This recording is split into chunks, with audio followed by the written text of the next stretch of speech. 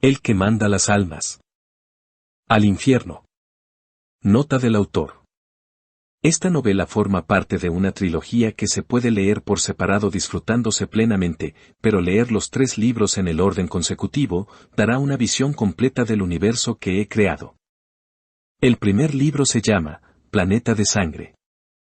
El segundo libro se llama El retrato perfecto de María de Lourdes Sánchez. El tercer libro. Si te interesa adquirir las novelas anteriores, ponte en contacto en mi Facebook, Osvaldo Zamora León. Esta novela fue escrita del 7 de enero de 2025 en Valle de Chalco, Estado de México. Agradecimientos. Este libro ha sido posible gracias al apoyo de mi familia, mis hijos Beck, Liam y Dana, pero sobre todo mi esposa Lupita Moreno. Le agradezco a mis hermanos, a mi padre y a mi madre que me ve desde otro plano. A mi hermanita Xochitl que me siempre está interesada en mis escritos y me guía con sus consejos invaluables. Agradezco los consejos de mi amigo Juan Jonathan de la Cruz Pacheco, sin los cuales uno de los personajes principales no lo hubiera podido desarrollar como era debido. Su visión de la vida, su profesión como médico me dio una visión de ese mundo que para mí era desconocida. Justificación. Desde que era un adolescente fui influido por el género de la novela negra, tuve la fortuna de haber podido leer El complot mongol, Las aventuras de Velasco Arán, otras novelas de ese género, además de toda la literatura de Sherlock Holmes y las novelas sobre Hannibal Lecter.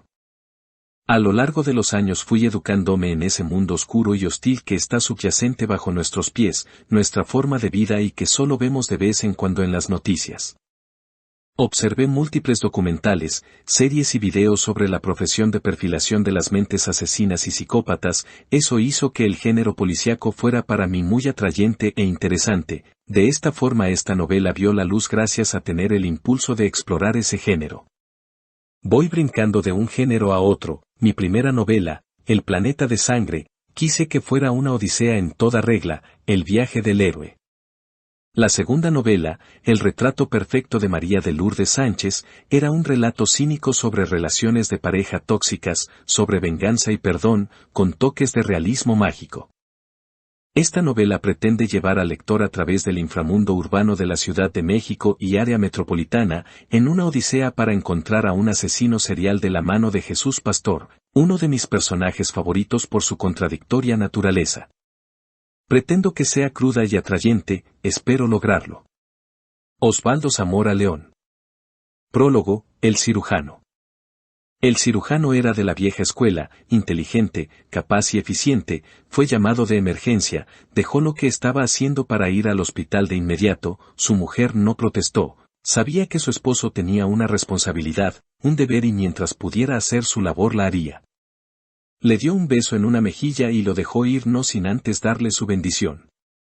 Era cirujano, el mejor de la ciudad, el paciente era un empresario de la ciudad de Monterrey que fue trasladado en un avión privado a la Ciudad de México, después de haber tenido un accidente cuando rapeleaba en una montaña cercana a la ciudad, se había roto una pierna y esa pierna había hecho que tuviera una fractura expuesta, además de una fractura en el cráneo. Las 2 fracturas podrían haber sido tratadas por algún médico de su ciudad, pero el padre del paciente había pedido al mejor cirujano que el dinero pudiera comprar y ese era él.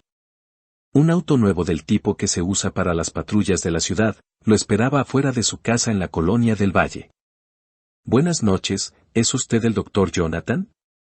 Sí, soy médico, dijo tratando de hacer saber que el término doctor estaba mal empleado, pero no surtió efecto. Para el chofer de aquel auto, médico y doctor eran lo mismo, como lo era para casi todo el país. Ese detalle le molestaba, pero solo lo toleraba, dejaba que la gente usara mal ese término, pero siempre que pudiera haría notar al interlocutor su error, pero al final, casi siempre lo dejaba pasar. Su tiempo era muy valioso como para dedicarlo a andar educando personas que no querían ser educadas. Suba por favor, yo lo llevaré. El cirujano subió al auto, se puso el cinturón de seguridad pues creía fielmente que ese invento salvaba vidas, muchas más de las que él pudiera salvar y de hecho si toda la gente lo usara él no tendría tanto trabajo. Había visto una vez un documental acerca de cómo el cinturón de seguridad fue impuesto en Estados Unidos. Como la gente se rebelaba y tardaron años en lograr que la gente lo usara y se diera cuenta de la utilidad en prevenir la muerte o lesiones graves. Él mismo, cuando iba en su auto y debía llevar a su familia o a compañeros de trabajo, debía de insistir en que lo usaran. Muchas veces puso el auto en la velocidad parking y no avanzaba hasta que se abrochaban el cinturón, muchas veces de mala gana acababan poniéndoselo, pero él no cedería, su auto, sus reglas y él no se vería envuelto en una cuestión legal al ser responsable de la gente que viajaba en su auto, no por la negligencia de otros. El chofer encendió el auto, pero no se puso el cinturón de seguridad. ¿No se va a poner el cinturón? ¿Cuál? Dijo el chofer intrigado de la pregunta del doctor. El de seguridad, el cinturón de seguridad, dijo el médico. No suelo usarlo, no creo en los cinturones de seguridad, dijo el chofer algo molesto de que el médico lo cuestionara. Ya veo, no cree en cinturones de seguridad, me imagino que usted piensa que los suecos que desarrollaron ese invento lo impusieron por gusto o por hacerse ricos a costa de gente, dijo el médico usando el tono que usaba al dar cátedra en la Facultad de Medicina de la UNAM. El chofer del auto se sintió confundido, no le gustaba discutir con los pasajeros, pero tampoco era del tipo de persona dejada, le contestó. Yo creo que el cinturón puede servir, sí, pero también que, si vamos a cierta velocidad no sirve de nada, moriríamos igual que si lo llevamos que si no, dijo con voz firme. ¿Sabe quién sí cree en los cinturones? ¿Quién? Las funerarias y hospitales tienen fe de que la gente no los use y así tengan trabajo siempre, así se hagan ricos a costa del dolor ajeno, pero no han visto las consecuencias de no usar ese invento, no han estado ahí para ver a los heridos, a los lacerados por el vidrio templado del parabrisas, la piel arrancada de la cara. No han visto las piernas rotas en múltiples fracturas por salir el cuerpo proyectado hacia adelante, no han visto la sangre de una hemorragia interna o externa, la sangre que sale de las venas y arterias, vaciando al cuerpo de vida sin que podamos evitarlo, no han visto la cabeza de alguna mujer aplastada al chocar con el auto de enfrente, cuando sale proyectada a través del parabrisas, no han visto a niños muertos que chocan con el asiento delantero y acaban con traumas cerebrales, muchas veces en coma y al final hay que desconectarlos, nadie ha tenido que ponerle una sábana blanca a una mujer embarazada. El chofer lo miró mientras manejaba, fue solo un segundo, pero miró al doctor que hablaba mirando hacia adelante, hacia el camino y lo hacía ensimismado, con voz apagada. ¿Usted ha visto todo eso? Sí. ¿Es doctor forense? No, soy médico cirujano. El chofer sin quitar la vista del camino, tomó el cinturón con una mano y lo abrochó en su lugar, en adelante lo usaría siempre, salvaría la vida y la de su esposa al usarlo meses más tarde cuando iban por la autopista de Tuxpan.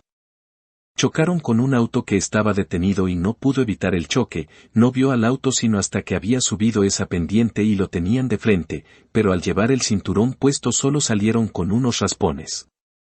Ese día se acordó del doctor que hizo que cambiara de opinión y le dio gracias mentalmente, sería una de las tantas causas por las que viviría agradecido con el médico. ¿Me mandaron algo?, preguntó el médico. Sí, está a un lado suyo, contestó el chofer. El chofer prendió la luz interior para que el médico pudiera ver un sobre grande. El cirujano tomó el sobre y sacó el contenido. Eran unas radiografías, las examinó a contraluz, después sacó un legajo de papeles y los estudió a profundidad, eran las radiografías y tomografías de su paciente, además de su historial clínico. Ese hombre debe de ser importante como para que manden a un escolta a buscarme, con todo y el historial médico, pensó. Pero al médico Jonathan no le importaban esas cosas, si el paciente era rico o importante no le interesaba, no aportaba nada en cuestiones médicas, lo atendería lo mismo que a un paciente pobre y desconocido. Había llegado a un punto en su vida que no tenía ambiciones, de alguna forma todas las que había tenido las había tachado en su mente al irlas cumpliendo una, por lo tanto, no le interesaba ningún paciente de forma especial más allá del reto que implicaba la cirugía y la posterior recuperación, pero incluso, la recuperación estaba más allá de su habilidad. Si el paciente vivía era como obtener un bonus, si moría era algo externo, algo que no lo afectaba tanto, más allá de una ligera pesadumbre, pero incluso esto era ya cada vez más escaso y lejano, como si todo lo viviera a través de un filtro, como si mirara una película vieja y anticuada. Una vez que revisó todo de forma eficiente supo lo que debía de hacer, cómo debía de abordar la operación, ya todo estaba en su mente como si fuera una película que él dirigiera y supiera exactamente dónde poner a los actores y cómo sería su proceder. Se sintió tranquilo y cerró los ojos para concentrarse. Después de unos minutos los abrió de nuevo, el pulso era firme y acompasado, constante y fuerte. Qué bueno que es de noche y no hay tanto tráfico, ya casi llegamos, dijo el chofer. Sí, qué bueno porque yo no trabajo de día, aunque hubiera venido el presidente en persona, no hubiera asistido, dijo el médico en tono convencido y sereno. ¿Por qué?, preguntó intrigado el chofer. No me gusta, los días en un hospital son caóticos, son pesados, llenos de confusión y drama, las noches son tranquilas la mayoría de las veces, a no ser que llegue algún herido de emergencia, algún baleado o algo parecido. Las noches son frescas e invitan a salir a la calle, además, como dice usted, de noche no hay tanto tráfico en la ciudad. El auto se detuvo frente a un hospital privado del sur de la Ciudad de México. Gracias por traerme. Lo esperaré para llevarlo a su casa, tengo esa instrucción. No se preocupe, puedo tomar un Uber.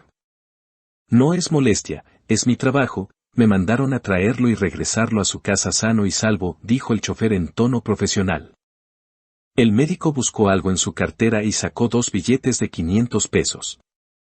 Tenga, me voy a tardar mucho, unas 5 horas, pero pueden ser más, vaya a cenar y tómese un café, dijo el médico extendiendo los billetes.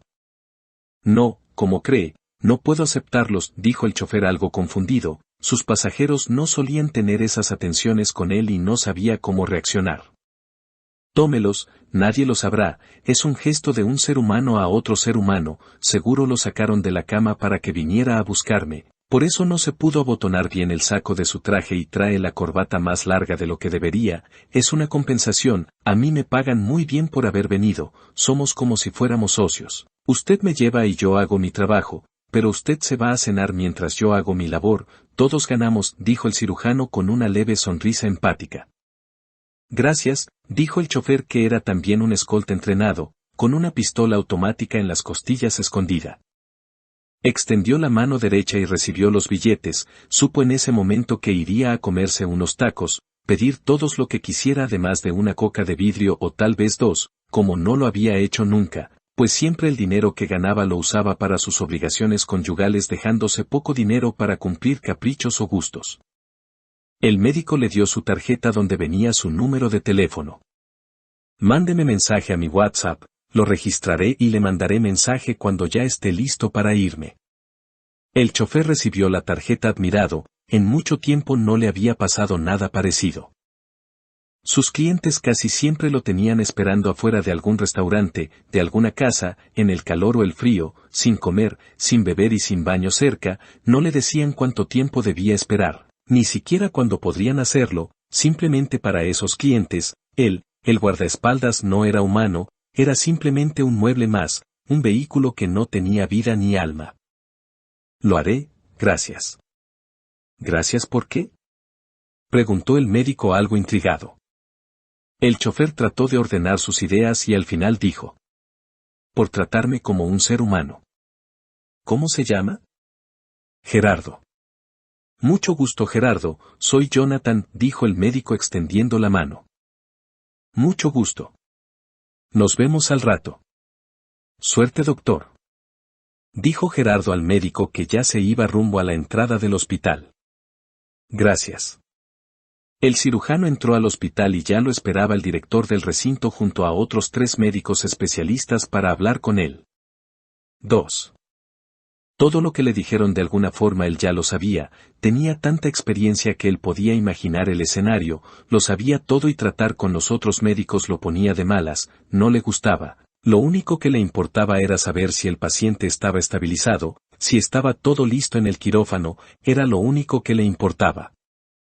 La comitiva subió por el ascensor hasta el piso que correspondía al quirófano, bajaron todo y el médico les pidió que lo dejaran cambiarse, lo dejaron solo en esa estancia, se cambió y se puso la ropa esterilizada. Fue al fregadero y se lavó con fuerza las manos hasta los codos 3 veces, después una enfermera le puso los guantes con eficiencia. El cubrebocas se lo había puesto antes de lavarse las manos, aunque muchos cirujanos se lo ponían después, pero él sabía que las manos podrían contaminarse con su respiración. Entró al quirófano y ya estaban ahí los demás miembros del staff, las placas y tomografías estaban exhibidos y él les echó un vistazo solo para confirmar que no estaba equivocado. Siempre hay que checar 2 veces en cuestión de operar a un paciente, incluso 3 veces.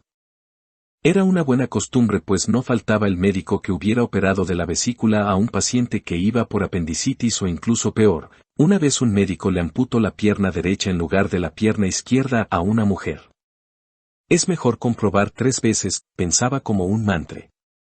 ¿Pongo la música?, preguntó una enfermera que era parte del equipo del cirujano y conocía sus costumbres y gustos. Sí, por favor. El cirujano Jonathan se acercó al paciente y lo observó a detalle, miró el instrumental médico y a los demás miembros, al anestesista, al instrumentista, a los ayudantes y enfermeras. Miró los equipos de monitoreo, el paciente tenía el pulso algo débil pero constante, la presión era buena, se sintió listo para hacer su labor. Una canción empezó a escucharse en los altavoces de aquella sala, era la primera canción del álbum OK Computer, le gustaba ese álbum, esas canciones intensas y melodiosas lo ponían en un estado de trance, estaba listo, ahora podía hacer su labor. 3. La primera incisión fue firme y clara, le gustaba y sentía una fascinación por la carne que se abría con el filo del bisturí, como la sangre brotaba le gustaba también, la sangre tenía una cualidad que lo animaba. Le daba calor. Abrir a un paciente era algo que a él lo obsesionaba, le gustaba el reto, poder poner todo en el lugar correcto, corregir los defectos que el paciente tuviera, las degeneraciones y las heridas de accidentes, eran para él un reto que le gustaba afrontar. Siempre se asombraba y se sentía orgulloso de ver su mano firme sin ningún tipo de temblores o dudas, así como era su mente, así como era él. La operación fue llevada por él, dirigida como si fuera un director de orquesta, en ese sentido era como un dictador que daba órdenes firmes y los demás debían obedecer. Las 4 horas que duró la operación fue acompañada de la discografía de Radiohead y de los Beatles. Cuando hubo terminado su labor, dejó que los ayudantes suturaran las incisiones, él se puso a un lado para supervisar que lo hicieran correctamente, mientras que otros médicos se hubieran ido, él se quedaba hasta el final. Hasta que el paciente estaba cerrado y estable o muerto. Salió a hablar con los familiares del paciente, les informó de que la operación había salido bien, que se recuperaría con el tiempo y sobre todo, con mucho trabajo de fisioterapia y mucha fuerza de voluntad. Los familiares le dieron las gracias de forma efusiva, pero él sabía que podría haber sido diferente, en lugar de darle las gracias podrían estarlo insultando e imprecando, cuestionándolo acerca de si hizo bien su labor si el paciente hubiera muerto. La gente es voluble y pasional, eso no le gustaba, le hubiera gustado brincarse esa parte de su trabajo y la delegaba cuando le era posible, tratar con familiares irascibles era su pesadilla.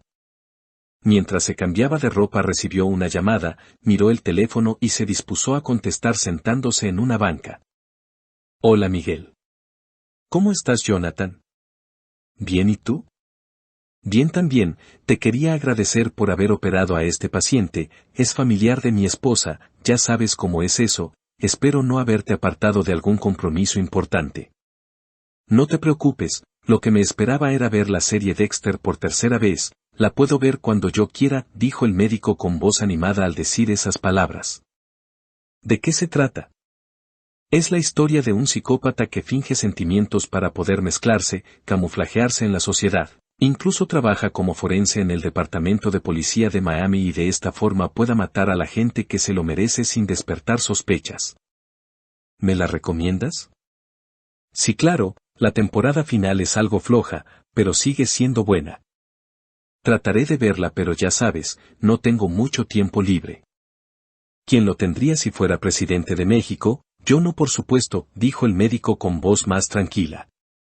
Eso sí, es un trabajo a tiempo completo, no sé cómo le hacía el que nos gobernó para hacer su circo diario mientras que el país ardía en llamas. ¿Sabes cómo le hacía? ¿Cómo? Le valía madre y se iba a dormir cuando terminaba la conferencia diaria. ¿En serio? Sí, cuando menos es lo que se dice, tú deberías saberlo siendo que tú eres el presidente Carrasco, el que tiene acceso a todos los archivos, puedes averiguarlo. Tal vez, lo que pasa es que el anciano aquel, cubrió muy bien sus huellas como le hacía con todo lo turbio, no he encontrado nada, de todos modos ya se murió y no es muy ético andar hablando de los muertos, dijo el presidente Carrasco. Yo creo que la gente siempre merece saber la verdad, no importa qué, ni quién, ni cuándo. Es un buen punto de vista, lo tendré en cuenta, pero, se me olvidaba, espero que vengas a la comida que habrá de parte de la presidencia, trae a tu esposa, los espero el sábado, no me falles, dijo el presidente. No estoy seguro de querer asistir, me aburro mucho, no me gustan los políticos, digo, a excepción tuya claro, los demás se me hacen hienas que andan rondando la carne que se pudre. El presidente Carrasco rió con ganas, le gustaba el sentido del humor de su amigo.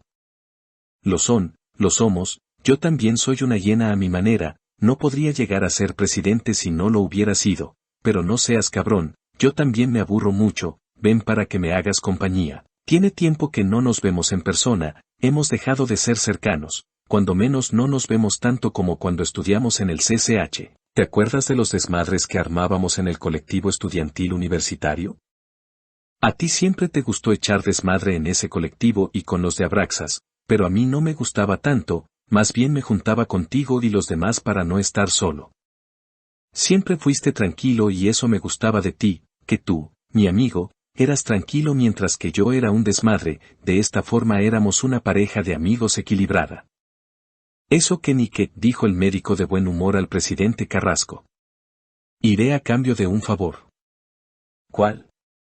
Ya sabes que la ciudad sigue siendo peligrosa a pesar de tus logros en ese aspecto, no quiero sonar presuntuoso, pero desde que me nombraron director de la Facultad de Medicina y soy miembro del Consejo Universitario, me siento más expuesto a la delincuencia, por lo que necesito a un hombre de confianza, un escolta, yo pagaría su sueldo por supuesto, no me gustaría que fuera a cargo del erario. Sí claro, te recomendaré a uno sin problema. Estaba pensando que fuera Gerardo. ¿Quién? El joven que mandaste hoy a recogerme. No lo conozco, lo mandó el secretario de gobierno, yo no me encargué de ello, no puedo meter las manos al fuego por él. Tengo un buen presentimiento, si no tienes inconveniente quiero que sea él. Yo no tengo problema, más bien pregúntale si está de acuerdo y me avisas lo que te diga, sus prestaciones seguiríamos pagándoselas y no perdería su antigüedad, ya si se resiste dile que es una orden mía. ¿Es militar? Era militar, de los GAFES, de las Fuerzas Especiales, Jesús me lo recomendó. ¿Quién? Jesús Pastor, el de seguridad. Ya sé de quién me hablas, me distraje un momento, por supuesto que sé quién es Jesús Pastor. Se hizo un silencio breve, al final el presidente Carrasco habló. Me despido, que descanses, me mandas la tarifa de tus honorarios y la factura, el pago te llegará de inmediato. No hay prisa, te la mando cuando pueda, nos vemos Miguel. No me falles con lo de la cena, la invitación te llegará a tu casa. No faltaré, me saludas a tu esposa. Igualmente, me saludas a Isabel. Adiós. Adiós. 4. El auto ya lo esperaba afuera del hospital, todavía era de noche, faltaba una hora para que el sol saliera. Vaya que es exacto, se tardó 5 horas ni más ni menos, dijo Gerardo admirado. Sí, es una maña, desde que era niño me divertía haciendo cálculos mentales, no había teléfonos ni internet para divertirnos, así que usaba mi mente para hacer cálculos, dijo el médico en una ensoñación al recordar su infancia. ¿Lo llevo a su casa? No, llévame a este domicilio, me dejas ahí tengo una oficina donde no me distrae nadie, dijo médico al chofer, pasándole la ubicación en un mensaje de WhatsApp. Oga. Quiero preguntarte algo, Gerardo. Dígame. ¿Te gustaría trabajar para mí? Te pagaría el doble de lo que te pagan, en mi casa de la del Valle, tengo un departamento pequeño, aislado de la casa, podrías traer a tu familia y vivir ahí sin pagar renta, por supuesto, Además de que no perderías tu antigüedad ni prestaciones, esas las seguirías teniendo por parte de Presidencia, el trabajo sería sencillo, llevarme a mí de lunes a viernes a Ciudad Universitaria 4 horas cada vez, llevar a mi mujer de compras y de vez en cuando traerme a este hospital. No sería algo pesado para nada. Gerardo se quedó mudo, no supo qué decir en un primer momento. Para él vivir en la colonia del Valle, en un departamento, gratis y que le pagaran el doble de su salario que ya era generoso, era un sueño. Su hijo de 6 años podría asistir a una escuela de esa colonia que era de clase media alta, tener amigos, oportunidades mejores de las que él tuvo lo entusiasmaba. Además, estaba el hecho de que le gustaría dejar de vivir en Nezahualcóyotl. Neza era un buen lugar para vivir, pero no era comparable a lo que el doctor le ofrecía. También estaba el hecho de que dejaría de andar llevando y trayendo políticos desagradables, que lo trataban como un mueble, políticos que a todas horas del día andaban de un lado a otro, visitando lugares peligrosos en los cuales esas personas se convertían en imanes de balas. Le había tocado estar en tiroteos en los cuales había salido bien librado tanto él como el político, pero no era algo que quisiera repetir. ¿Qué riesgo podría haber en cuidar a un médico y su familia? Además, tendremos médico a la mano por cualquier cosa, cualquier imprevisto, son todo ventajas, pensó el hombre. Se hizo el silencio. Tal vez necesitas pensarlo y lo entiendo, decía el médico cuando fue interrumpido por Gerardo. No necesito pensar nada, acepto, dijo Gerardo. Se sonrieron satisfechos los dos, seguros de haber logrado algo bueno. El escolta anduvo por todo el circuito interior hasta llegar a Iztapalapa, llegó a una colonia de calles estrechas y mal iluminadas. Gerardo se puso alerta de inmediato. Había dejado las colonias de clase media para llegar a las de clase baja. ¿Está bien la dirección?, preguntó algo ansioso. Sí, entiendo tu sentir, aquí tengo una casa, era de mi madre, no la he querido vender, me sirve de almacén y de oficina, toda la colonia me conoce, no hay nada que temer de esta gente, es gente buena, que trabaja todos los días, salvo alguno que otro malviviente, pero incluso ellos me conocen, dijo el médico tranquilamente. La casa del médico estaba junto a una vecindad, había afuera varios jóvenes con motonetas, tomando e inhalando solventes. Gerardo dudó de detenerse, pero el médico le indicó con voz suave que confiara, que no había que temer. Gerardo obedeció y le quitó el seguro que sujetaba su pistola en la funda. El médico sin avisar salió del auto. Los jóvenes se habían quedado viendo el auto embelesados, concentrados, listos, pero cuando vieron al médico todos sonrieron.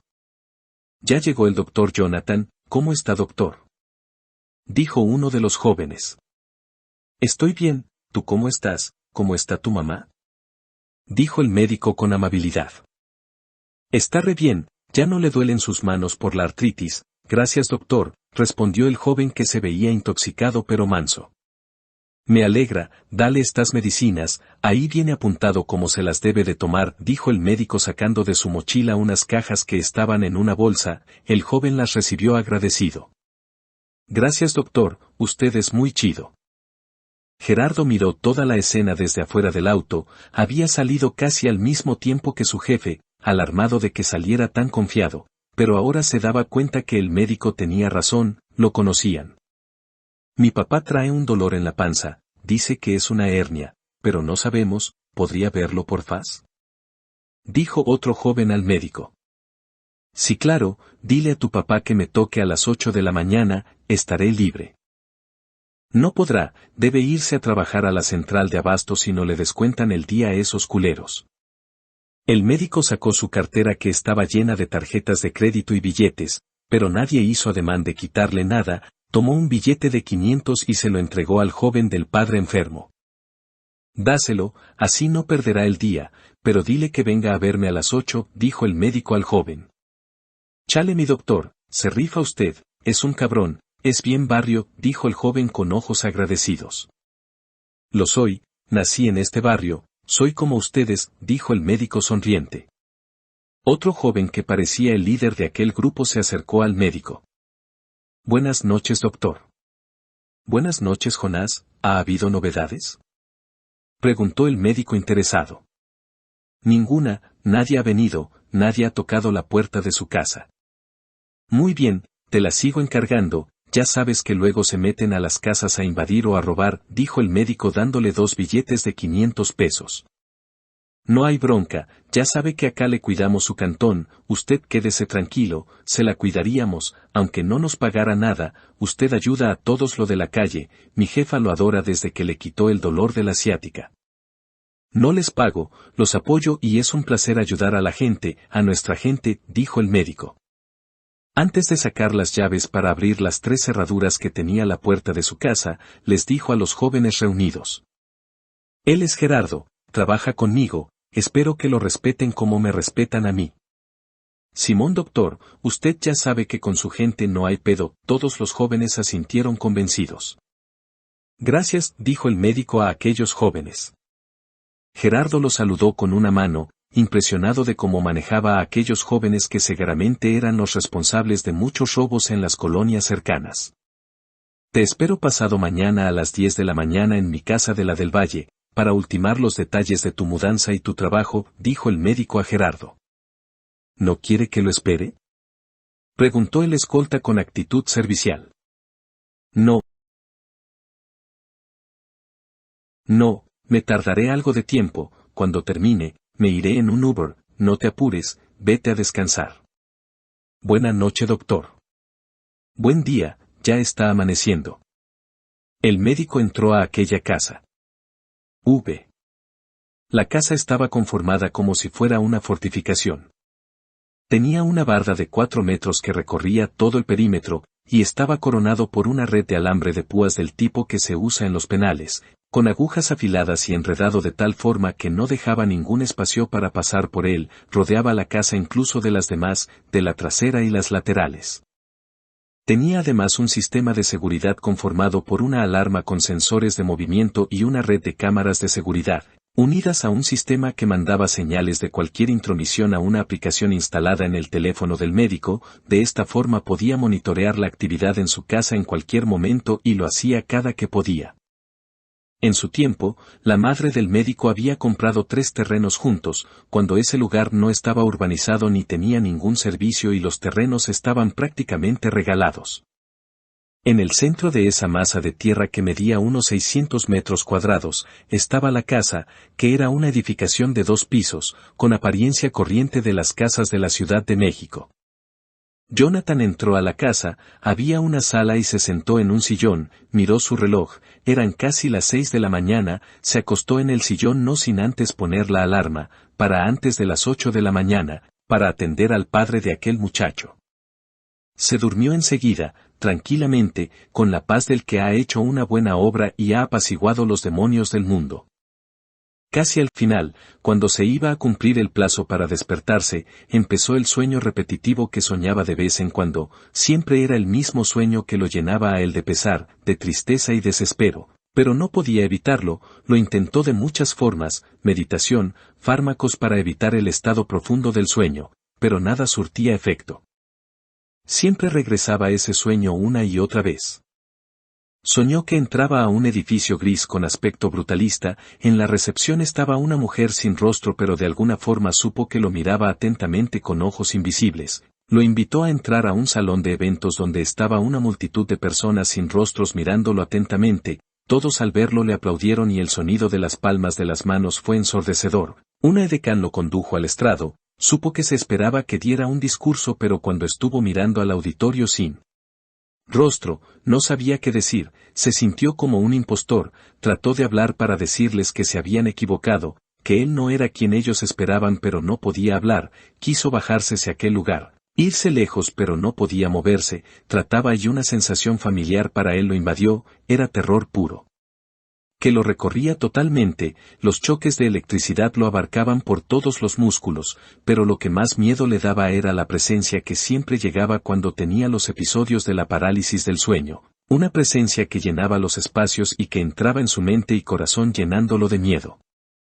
Abrió los ojos todavía sin poder moverse ni hablar, miró una sombra blanca parada a sus pies, quería gritar y lo hubiera hecho de no ser por la parálisis que lo tenía agarrado, sometido. Miraba a la figura informe sin poder moverse, esa figura era grotesca, pero poderosa en su poder sobre él.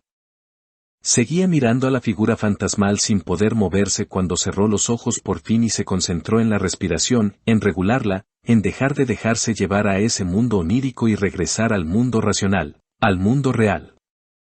Pudo dejar de sentir esos choques de electricidad y pudo modular su respiración, poco a poco el miedo se fue evaporando, la razón volvió a su cerebro, por fin pudo pensar con claridad, pudo mover las manos. Abrió los ojos no sin tener miedo, sabía que, si la figura estaba ahí parado a sus pies, él moriría, pero siempre al abrirlos, la figura se había ido.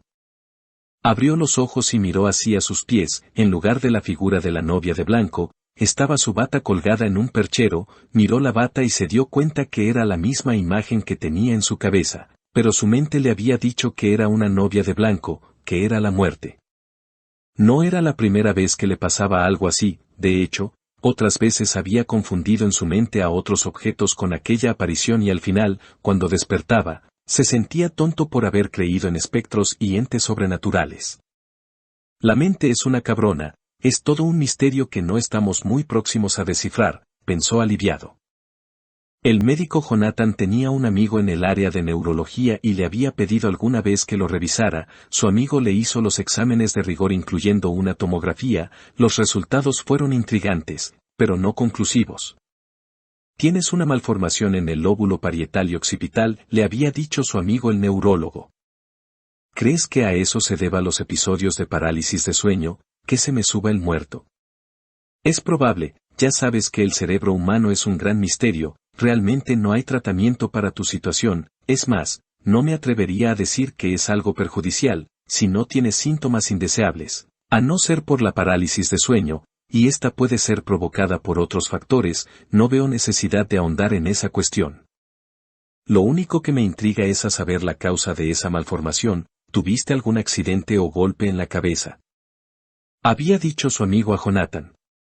El médico rememoró aquel episodio, donde había recibido un trauma en la cabeza, su mirada se entristeció un poco, solo un poco, pero se sobrepuso y su mirada fue normal, la misma de siempre. No que yo recuerde, no me ha pasado nada en la cabeza. Recibió a aquel hombre humilde, sencillo, que trabajaba en la central de abasto, lo hizo pasar al área que había destinado a ser su consultorio, le hizo una serie de preguntas. Le hizo una prueba dándole golpes suaves en el área del estómago y eso hizo que el paciente interrumpiera la respiración súbitamente y después le hizo un ultrasonido. Tiene barro vesicular. El paciente lo miró con incertidumbre, con temor. ¿Es algo muy malo? Preguntó con temor el paciente. No para nada, es que los ductos que van a la vesícula se tapan por la grasa y polvos picantes que consume, hacen un barro que se queda pegado y al obstruir los ductos, causa inflamación y el dolor agudo en el abdomen. ¿Tiene remedio? Preguntó esperanzado el hombre. Sí, una es la operación, pero yo he podido aliviar a los pacientes simplemente con una dieta sana, baja en grasas y picantes, pero hay otro método no muy ortodoxo, si siente el dolor póngase en posición de murciélago. No entiendo, dijo el paciente confundido. ¿Ha visto las películas de vampiros? Dijo el médico. Claro. ¿Ha visto cómo se cuelgan boca abajo? Así hágalo y dese golpes en el área que le duele, así hará que el barro se despegue, la vesícula se desinflamará y dejará de dolerle y con el tiempo y repitiendo el ejercicio superará ese padecimiento. ¿En serio? Dijo el hombre admirado. Sí, yo mismo ideé ese tratamiento y me curé a mí mismo, mis colegas todo lo quieren arreglar con medicina y operaciones, pero a veces, el ingenio e ideas sencillas son mejores que todo eso. Lo haré, doctor. El médico suspiró y sacó unas medicinas de un cajón. Halo mientras tomes estas medicinas para el dolor, para desinflamar y para la acidez, lo harán sentirse bien. Gracias, doctor, ¿cuánto le debo? Dijo el hombre agradecido a pesar de que el médico le había mandado dinero para reponer lo que perdería por no haber ido a trabajar. Nada, no me debe nada, otros pagan por usted. ¿Cómo es eso? Hay pacientes muy ricos o simplemente, tienen dinero de sobra, a ellos les cobro mucho, no porque lo que yo haga sea algo excepcional, sino para que cuando trate a pacientes que no tienen tanto dinero, no les cobre. De esta forma hay un equilibrio, ellos pagan por ustedes, todos ganan. Entiendo, doctor, muchas gracias. Si alguna vez llegara a necesitar algo que yo pudiera darle, hágamelo saber. En mí tiene un amigo. Tienen razón todos con lo que dicen de usted. ¿Qué dicen?, preguntó interesado el médico.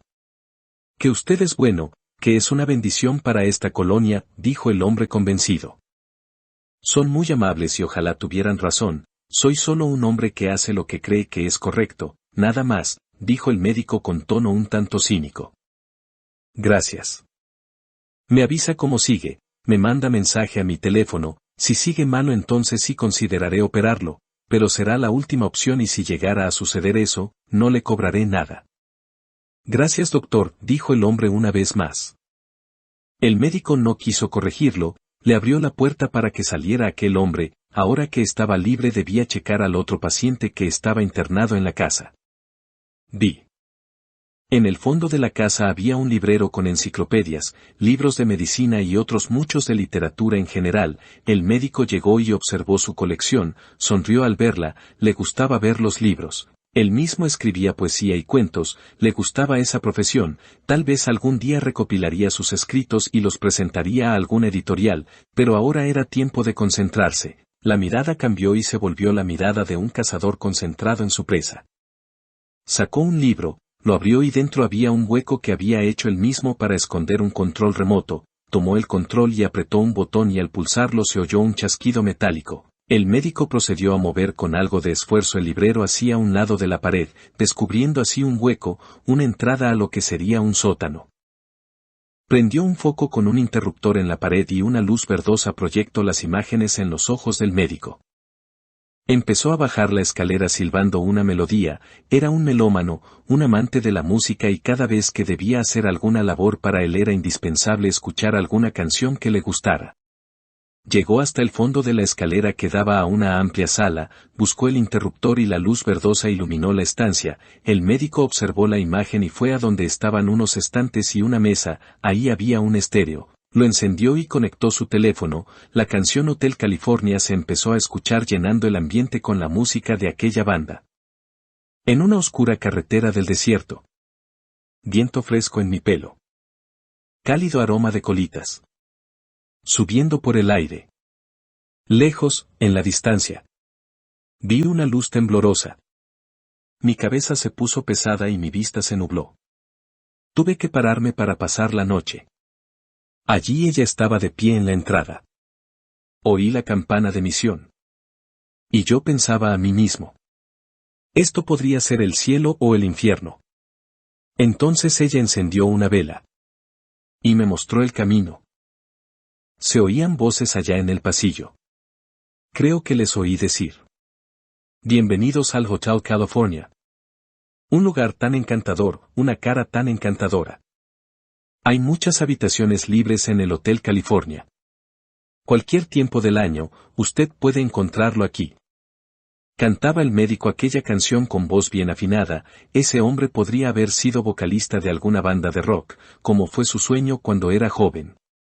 Tomó de un estante una jeringa del tipo que se usa para tomar muestras de sangre, miró hacia el fondo de la estancia y miró con satisfacción la imagen que estaba empapada por la luz verdosa.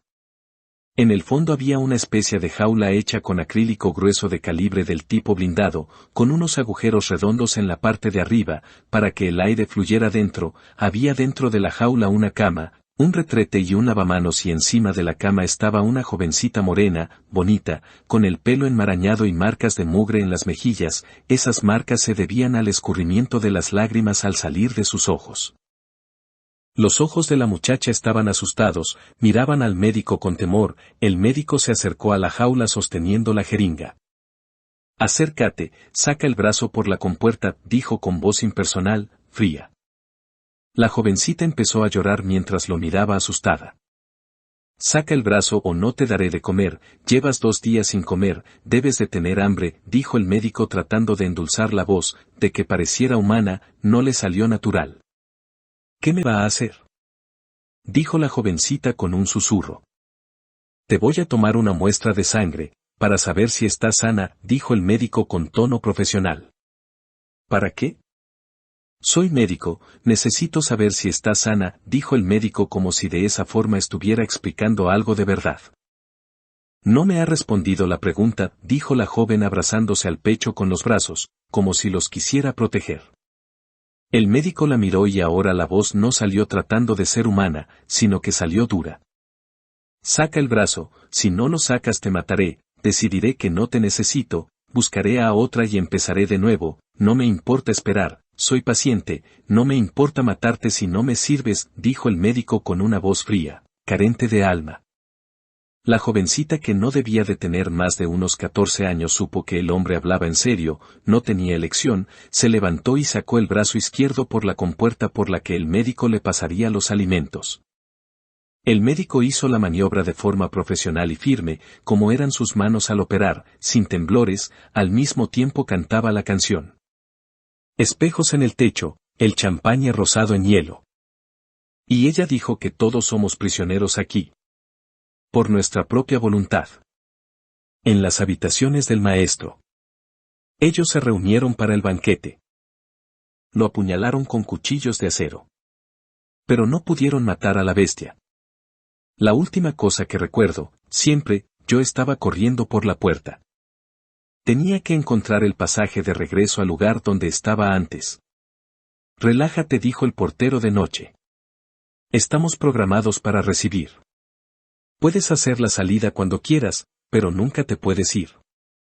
Terminó la operación y tenía en la jeringa una buena muestra de sangre de la muchacha, sintió algo al sentir el olor de la sangre, al ver el rojo espeso de la hemoglobina, pero se contuvo, él era disciplinado, puso la jeringa en un contenedor para que se mantuviera fresca y procedió a darle a la muchacha unos sándwiches que había comprado en un Oxxo y unas leches saborizadas. La jovencita tomó los alimentos sin recelo, los comió enseguida, tenía mucha hambre. El médico le dio suplementos alimenticios y complementos de hierro, le dijo que debía tomarlos, para estar sana, le dijo que él podía vigilarla con una cámara de vigilancia que estaba en una pared. Si no te los tomas a la hora indicada, lo sabré y volveremos a empezar, pasarás hambre y tal vez ahora corte el suministro de agua, ¿te tomarás los suplementos? La jovencita supo que debía de obedecer, no tenía opción, tal vez algún día tuviera alguna oportunidad, pero a lo mientras debía de obedecer para sobrevivir. Los tomaré, lo prometo. El médico se dispuso a salir de aquel sótano que tenía partes insonorizadas. ¿Qué me va a hacer? El médico sonrió cínicamente y no contestó nada, subió por aquella escalera dejando que la luz mortecina, verdosa, iluminara aquella estancia con la jovencita dentro de aquella jaula.